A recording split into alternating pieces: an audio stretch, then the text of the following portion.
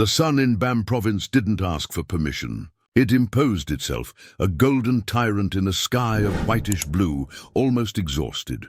The land under its dominion had long ago surrendered. Where once the green of sorghum and corn danced in the wind, now there was only a tapestry of ochre and brown, a mosaic of dust and despair. The cracks in the ground were not mere crevices. They were the open veins of a world bleeding its last moisture into the indifferent atmosphere. In the center of this desolate landscape, a man named Amadou moved with the slowness of a nightmare. Every movement was an act of defiance against the entropy consuming his world.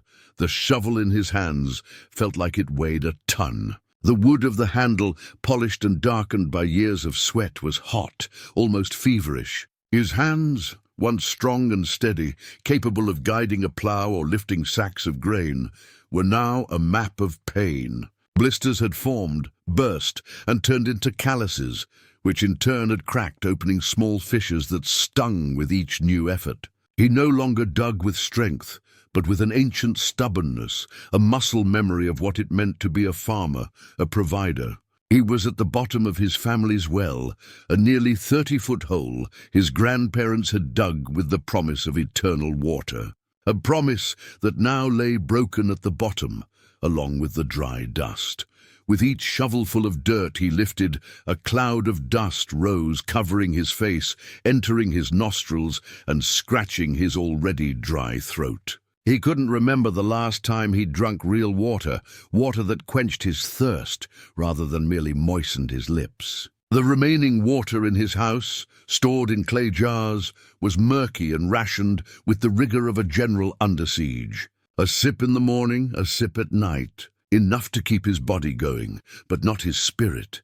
His thoughts were a slow whirlwind of memories and fears. He remembered the rains of old, not this timid drizzle that barely settled the dust, but the glorious storms that arrived with the rumble of celestial drums, washing the world, filling the wells, making the earth exude that rich, fertile scent of renewed life. He remembered running with his wife, Fatih, under the first drops, laughing like children. He remembered the silent promise he made to her when they married, that under his roof there would never be a lack of food, and in his well there would never be a lack of water. He looked at his useless hands and felt the crushing weight of his failure. The worst of all wasn't her own thirst or her hunger. It was the silence in her hut, the silence that had replaced the laughter of her daughter.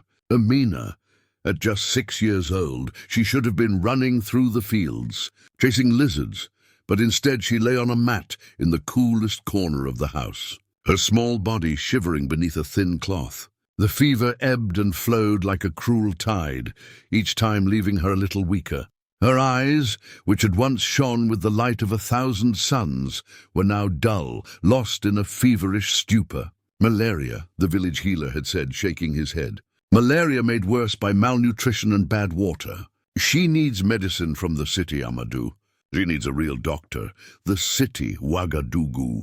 It seemed as distant as the moon. How could he get there? What would he use to pay? The harvest that should have been his wealth, his security, was now just a field of dry, brittle stalks. He had nothing. Absolutely nothing. Every time he looked at Amina, he felt a knife twist in his chest. He was a father who couldn't protect his daughter, a man who couldn't keep his most sacred promise. The entire village shared their suffering. The community well had also dried up 2 weeks ago. Conversations, once lively and full of laughter, had become weary murmurs. The elders sat under the thin shade of the great shade tree, their faces lined with worry, gazing skyward as if they could, by the force of their collective will, summon the clouds. The community, once a strong network of mutual support, was fraying under the pressure of individual survival. Each family clung to what little they had, fearful of tomorrow. That day, something inside Amadou snapped. His shovel hit something hard. It wasn't the wet sound of clayey earth he expected, but the dry, final sound of metal against stone. He dug around frantically, his heart beating a desperate prayer. But it was useless. A layer of solid, impenetrable rock stretched across the bottom of the well. It was the end, The earth had given him its final answer. There was no more water there. There would be no more. The air seemed to leave his lungs. The shovel fell from his hands with a dull thud. He braced himself against the well wall, then slowly slid to the ground. The dust he had dug so hard now welcomed him in his defeat. He closed his eyes. For the first time, he didn't think about tomorrow.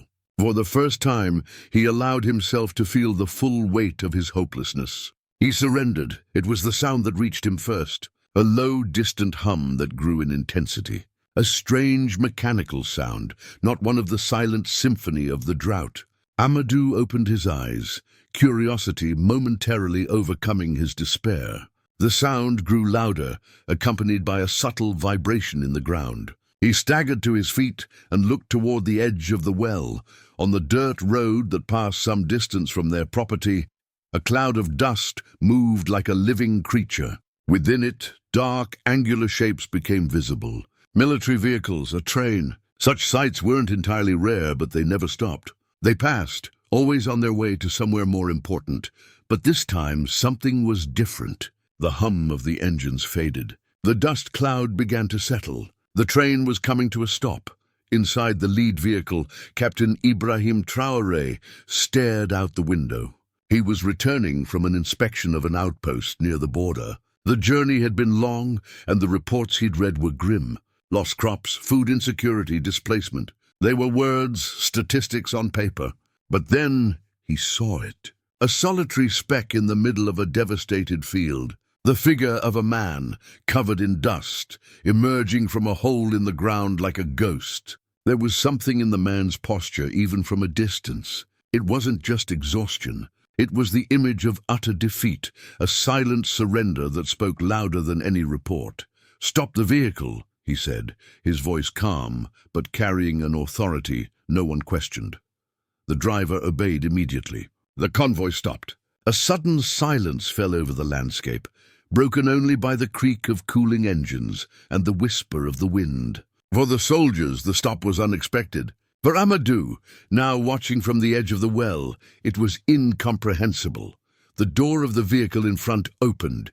A young man in military uniform got out. He was thin, but his presence was immense. He moved with clear purpose, his steps firm on the cracked earth. Amadou recognized him instantly from the photos in the newspapers and on the posters. It was the leader of his country, Ibrahim Traoré. Amadou's heart began to pound wildly, a mixture of fear and a spark of something he dared not name. Hope. Traoré walked toward him, alone, leaving his men behind. He didn't look like a politician on the campaign trail, angling for votes. His eyes, intense and focused, scanned everything. The land, the hut, the man in front of him. He stopped a few meters from Amadou, the dust settling around his boots. Amadou didn't know what to do. Should he bow? Should he speak? He just stood there, dust clinging to his sweat, his hands trembling at his sides. Traoré didn't give a speech. He didn't talk about politics or the nation. He looked Amadou in the eye, and for an instant, the gulf between a country's leader and a forgotten farmer seemed to disappear. He asked a simple question, his voice firm but devoid of arrogance. "Brother, what is your fight?" The word brother struck Amadou with unexpected force. It wasn't citizen or farmer. It was a word of kinship, of shared humanity.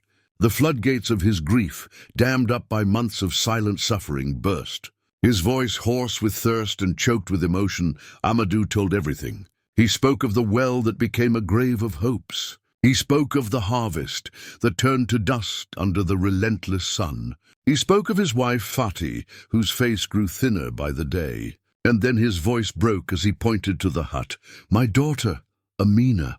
The fire of fever consumes her. The doctors in the city, they could put out this fire. But Ouagadougou is another world, and I have nothing, not even the strength to walk there." As Amadou spoke, Traoré's gaze drifted to the small mud hut. He saw the dark entrance and imagined the small lives struggling within. He saw in Amadou not just a man, but the face of his people. A proud, hard-working people, yet crushed by circumstances beyond their control. The statistic on paper suddenly had a name and a face. He didn't respond with empty promises or words of comfort. He turned and signaled to the convoy. The action was immediate, precise, like a well-oiled mechanism. One of the vehicles approached, and a man with a medical bag stepped out. A military doctor. Examine the child, Traoré ordered. The doctor entered the hut. Fatih, who had been watching from inside with her heart in her throat, recoiled, startled.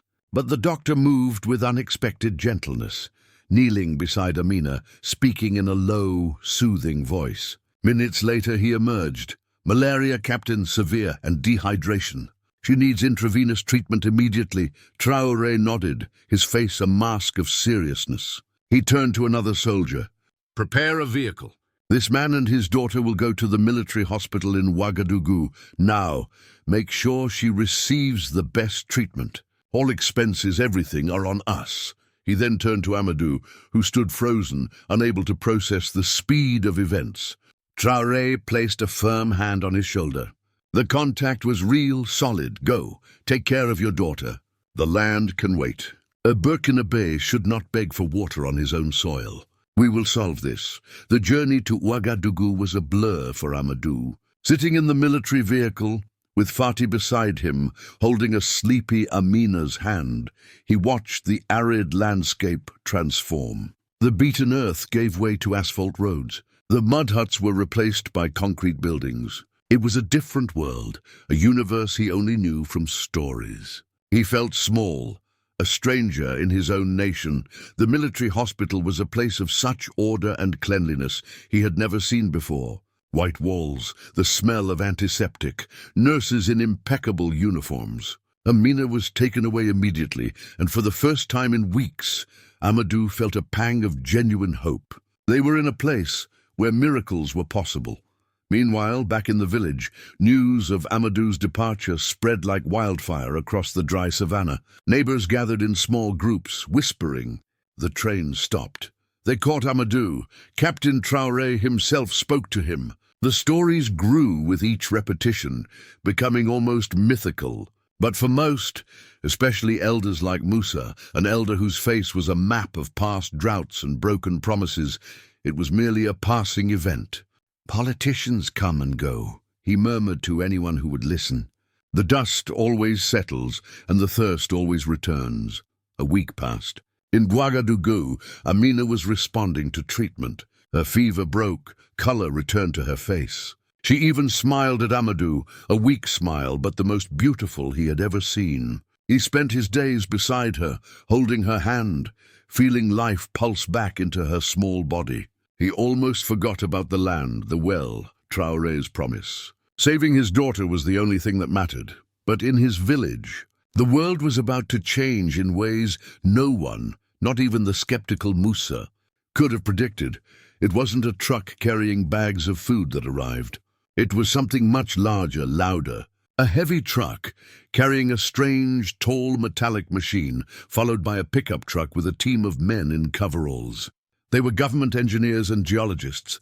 They didn't stop in the village square to make speeches. They went straight to Amadou's property.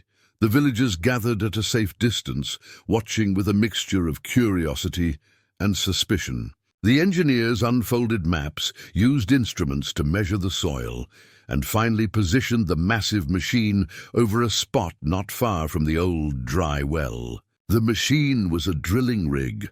The noise, when it began, was deafening, a metallic roar that tore through the silence of the village. The giant drill began to spin, plunging into the earth with a force Amadou's hands could never have dreamed of. Day after day, the machine drilled deeper and deeper. 10 meters, 20, 30. With every meter, the tension in the village grew. Musa watched from afar, arms crossed, his face impassive. And then, on the third day, it happened. At a depth of 40 meters, the drill hit something. The sound of the motor changed, and a jet of mud and muddy water exploded from the hole. Seconds later, the water came. Not a trickle, not a trickle. A powerful, crystal-clear jet that rose meters into the air before falling back to the thirsty earth. A collective scream echoed through the village. The children, breaking their fear, ran toward the water, laughing and splashing in the mud that formed. The women sang, clapping their hands. The men, whose faces hadn't shown joy in months, smiled broadly, hugging each other. Even Musa, the skeptical old man, slowly approached. He crouched down, dipped his hand in the cool water and raised it to his face. A single tear traced a clean path through the dust on his cheek, but the work wasn't done. The team installed pipes, a powerful pump, and next to it, something most villagers had never seen up close. Large, black, gleaming solar panels that captured the light of the tyrannical sun and transformed it into power. Amadou's well was no longer just a hole in the ground. It was a self-sufficient, enduring source of life.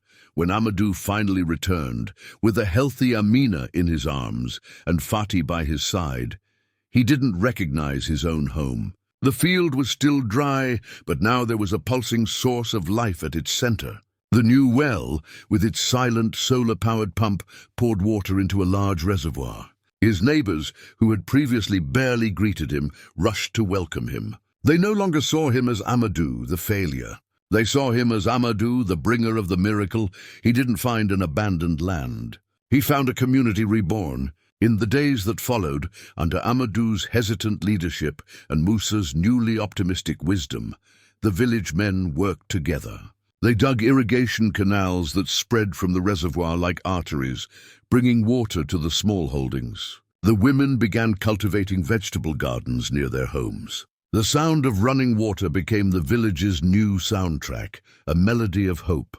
A few weeks later, a single vehicle kicked up dust on the road. Ibrahim Traoré returned. This time there was no convoy, no apparatus. He came with just a driver and an aide. He hadn't come for a ceremony or to cut a ribbon. He had come to see. He found Amadou in the field, not digging a dry well, but repairing one of the irrigation canals, water running past his feet. Amadou was no longer the broken man he had encountered weeks earlier. His shoulders were straight, his eyes shining with renewed purpose. He was a leader. They walked together side by side, passing through the fields where the first green shoots were beginning to break through the crust of the earth. "Captain," Amadou said, his voice firm with deep emotion, "I have no words to thank you. You didn't just give us water. You gave us back our dignity." Traoré stopped and looked at the horizon, where the sun was beginning to set, painting the sky with vibrant colors. He turned to Amadou, and his usually serious and focused face softened into something approaching a smile. "I gave you nothing, brother," he replied. "The water has always been here. It belongs to this land, to your people. The strength to reach it has always been in your hands. I merely provided a tool." He gestured to the well and the solar panels glowing in the last light of day. "This is not a gift. It is a tool of liberation. A gift creates dependence. A tool creates independence." He looked into Amadou's eyes, his voice growing more intense. "Now the real work begins. Don't work alone. Work together. Form a cooperative. Grow enough not only for your families, but to sell in the city. Build a warehouse to store your grain. Ensure that no child in this village or in the neighboring villages ever goes thirsty or hungry again. Don't wait for help from outside. The most powerful help is right here among you." He paused, letting his words sink in. "This is sovereignty. It's not a word shouted in speeches. It's the dignity of a man who can feed his own family. It's the strength of a community that can determine its own future. It's our true sovereignty, built from our own soil with our own hands." That night the village celebrated, not with a noisy feast, but with a communal meal. Each family brought what little they had, but together the feast was plentiful. Around a bonfire under a starry sky, they ate, sang, and told stories. For the first time in a long time, they spoke not of hardships, but of plans. The agricultural cooperative, Bam's Fountain of Hope, was born that night, not on paper, but in the hearts and minds of a people who had rediscovered their strength. Amadou, sitting with Fatih and a sleeping Amina on his lap, looked at the faces of his neighbors, illuminated by the fire. He understood that the encounter on the road wasn't just about him. It was about all of them. The captain hadn't saved one man. He had awakened a community. The water gushing from the earth was only the beginning. The true source of life, he realized, was rediscovered dignity and the belief that together they could make the desert bloom. And as the smoke from the fire rose toward the stars, Amadou felt a profound peace. He was a farmer, and his land once again was alive,